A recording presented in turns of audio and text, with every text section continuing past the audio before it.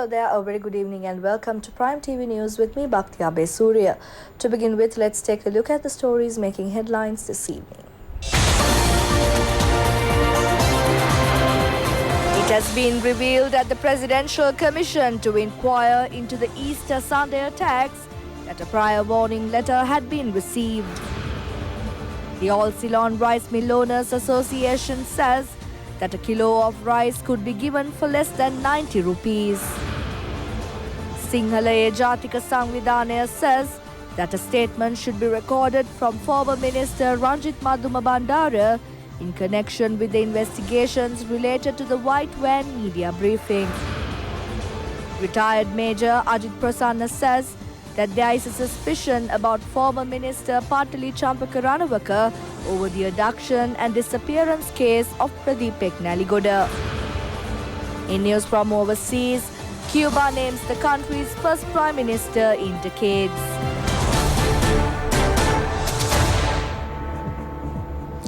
And now for the news in detail. First up in local news, it was revealed yesterday at the Presidential Commission to inquire into the Easter Sunday attacks that a prior warning letter had been received on the 11th of April to the office of the Colombo North Range SP Sanjeeva Bandara. Police Inspector R.S. Upendra told the Commission yesterday that SP Sanjeeva Bandara held discussions with him about changing log entries after the attack, and statements he gave so far about the investigations were given according to his instructions. Police Inspector K.B. Herath, who gave evidence at the Commission earlier, said that although personal assistant to SP Sanjeeva Bandara informed him on the 11th of April about a stabbing attack or a suicide attack on a place of religious worship, he could not brief the senior or junior officers about it. Accordingly, the Commission, which met yesterday, commenced recording of evidence of the personal assistant of SP Sanjeeva Bandara, who is Police Inspector R.S. Upendra. The Commission asked Police Inspector R.S. Upendra whether he had knowledge about a warning letter issued on the 11th of April 2019. He said that he had the knowledge and studied the document. He further said that Catholic churches and the Indian High Commission had been named as places where Zaharan and his followers could launch suicide attacks in Sri Lanka. He also said that he had knowledge about ISIS and he thought an attack would be launched. He said that he could not contact SP Sanjeeva Bandara after receiving the letter, and he took measures to inform all OICs and ASPs of Colombo North Range by making entries. Thereafter, the Commission asked whether OICs were clearly informed that the Tawheed Jamaat organization would attack Catholic churches. He said that although he informed about a possible suicide attack to OICs, he did not mention about dates. When the Commission asked whether the warning letter was looked into after the attack, he said the document set which was given to SP Sanjeeva Bandara was found on a common table in the office. Thereafter, Police Inspector Upendra told the Commission that SP Sanjeeva Bandara discussed with him about changing the log entries about the relevant document. He said when he asked how to change the documents sent to other police stations, SP Bandara said that OICs of Kotahena, Mutwal and Grand Pass are his colleagues and it is possible to do so. Police Inspector Upendra said that the statements he gave earlier to the CID and the other investigators were based on the instructions of SP Bandara, but today he was giving true information before the Commission. Accordingly, SP Sanjeeva Bandara is scheduled to give evidence before the Commission tomorrow, and the Commission gave permission to Police Inspector Upendra to cross-examine him thereafter. Meanwhile, the judgment against two Sri Lankan youth who made an emotional note on the Facebook about the Easter Sunday attacks is scheduled to be given today by a court in Dubai. The All Ceylon Rice Mill Owners Association says that a kilo of rice could be given for less than 90 rupees. This was revealed at a media briefing held in Polonnaruwa. The price of rice in the market has increased rapidly. Some rice were priced at 100 rupees to 150 rupees. The government took measures to prevent the price hike, taking into account the inconvenience caused by the public. Accordingly, the maximum retail price of a kilo of samba and nadu rice was set at 98 rupees. Inspection is being carried out island-wide to nab the traders who are selling rice fraudulently. It has been made compulsory to display the price indexes of rice in the shops. Meanwhile, the All Ceylon Rice Mill Owners Association says that they are able to provide rice at a less price to the public due to the measures that has been taken by the government to uplift the small and medium-scale industries. State Minister Shehan Sema Singh also stated that the government is providing a relief package for the manufacturers and entrepreneurs to uplift the industry. Sinhalaye Jatika Sangvidanaya says that a statement should be recorded from former Minister Ranjit Madhuma Bandara in connection with the investigations related to the White Van media briefing. They said this after lodging a complaint with the CID in connection with the incident. The two individuals who attended the White Van media briefing are in remand custody at present based on the police investigations and their confessions. They told the CID that they attended the White Van media conference according to the instructions of former Minister Rajitha Senaratne, and they were paid 2 million rupees to do so. They have also told the CID that they were promised 2 houses from Colombo and a post of office assistant at the American Embassy. Although MP Senaratne submitted an anticipatory bail application, it was rejected by the Colombo Magistrates Court. He has again submitted a bail application.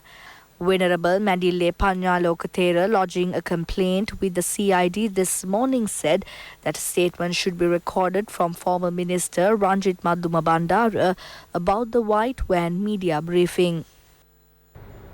In more local news, retired Major Ajit Prasanna says that there is a suspicion about former Minister Patale Champaka Ranawaka over the abduction and disappearance case of Pradeep Eknaligoda.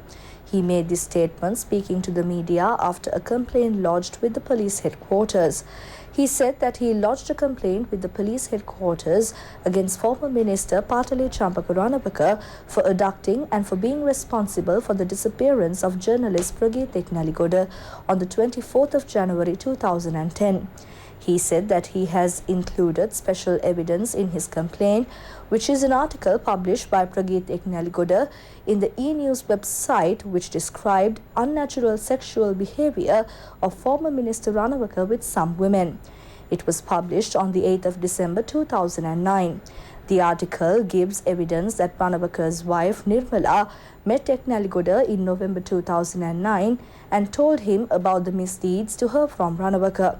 Thereafter, Eknaligoda was abducted. The Mahanayaka of Askari chapter, Most Venerable Warakagoda Jnanaratana Thera, says that it is the responsibility of everyone to protect Buddhism and hand it over to the future generation. He mentioned this while attending the centenary year celebration of the All Ceylon Buddhist Congress. The All Ceylon Buddhist Congress was launched in 1919 with the aim of protecting Buddhism and bringing the world Buddhist community under one organization. The centenary year celebration was held under the patronage of Mahanayaka of Askari chapter, Most Venerable Warakagoda Jnanaratana Thera. A commemorative stamp and a first day cover were issued on the occasion.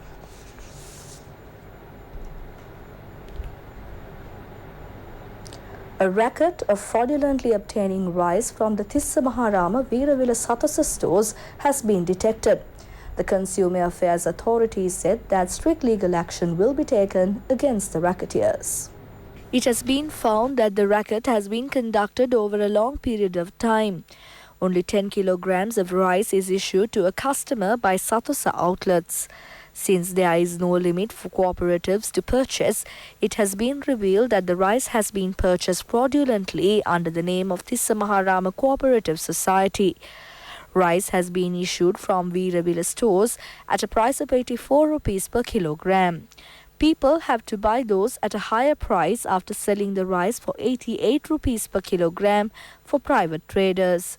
Although there were 10 lorries loaded with fraudulently purchased rice to be taken out of the Veeravila stores, there was no entry at the stores about the destination of the rice to be taken. Veeravilla police retained the rice lorries at the stores. After informing officials of the Consumer Affairs Authority, arrived at the scene and commenced legal proceedings. In news still here at home, the Met Department forecasts more showers in the island today and tomorrow. The sluice gates of the Kala River have been opened 18 feet in the face of the heavy rain. It generates 33,000 cubic feet of water per second. As a result, Anuradhapura, Galnavar and Hurigaspawa areas have gone underwater, and the Navy has taken measures to rescue the displaced. Meanwhile, several houses at Ambevala Vavik Estate in Valimada area are at risk of landslides. Valimada Divisional Secretary Chamindavira Singh has stated that 225 persons belonging to 48 families have been evacuated for safe places. Measures have also been taken to provide them with food and other necessities. The sluice gates of Parakrama Samudra were opened due to the heavy rains. With the overflow of the Mahavali River, the historic Somavatiya sacred area is inundated with about 10 feet of water. In the meantime, devotees were advised not to visit the Somavati sacred site until further notice. The sluice gates of the Rajangana Reservoir in Anuradhapura have also been opened. Several roads, including Kalavava Road and the Galnava Road in Hiripitiyagama, have been inundated. Meanwhile, State Minister Duminda Disanayaka inspected the affected people in the areas yesterday. Nearly 400 houses are inundated due to the heavy rains in the Monaragala district.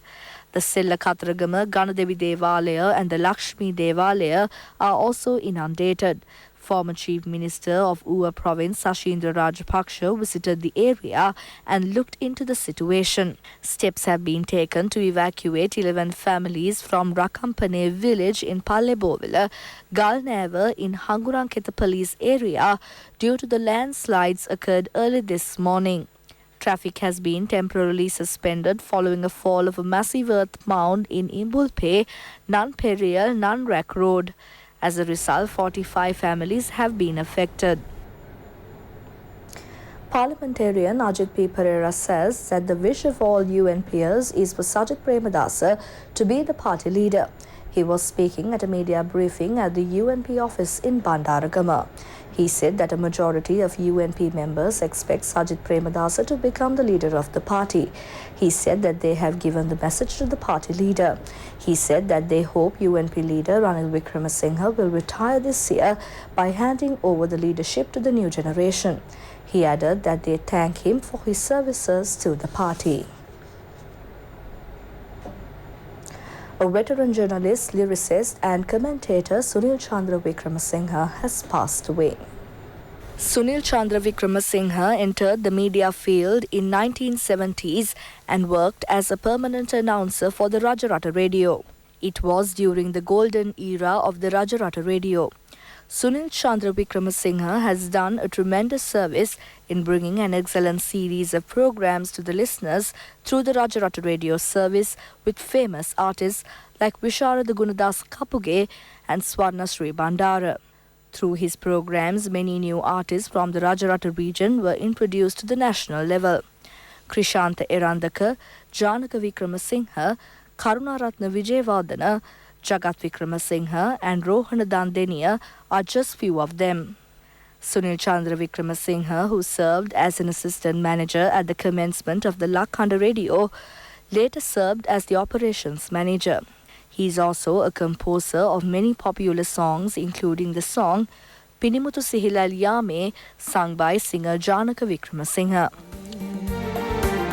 Hasarali mal pide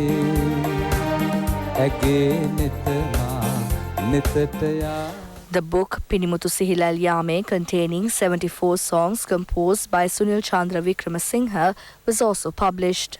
He was also known for his singing ability.